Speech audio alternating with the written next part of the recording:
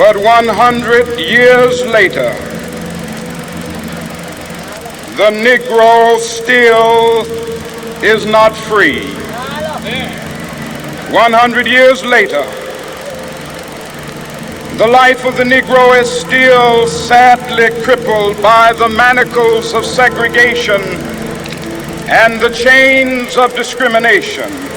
100 years later, the Negro lives on a lonely island of poverty.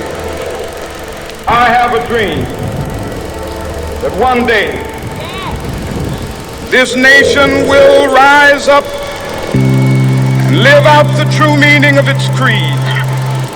We hold these truths to be self-evident, that all men are created equal.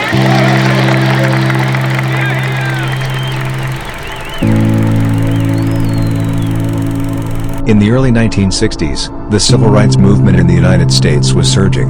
As the domestic racial discrimination leading to black oppressed people and industrial workers everywhere in the United States at that time, then King's Speech came. Even nowadays, colored people in the United States are still under racial discrimination.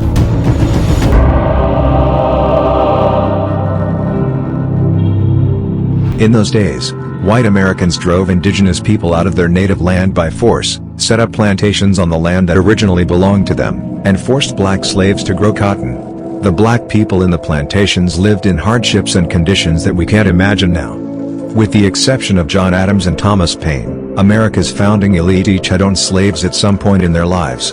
When Thomas Jackson wrote about the inalienable rights of man, he is the one that owned 100 slaves. Therefore, American cotton is the product of forced labor. The blood and tears of black slaves created its first pot of gold, and it is the same that the United States nowadays is developed by oppressing, bullying and suppressing other countries step by step.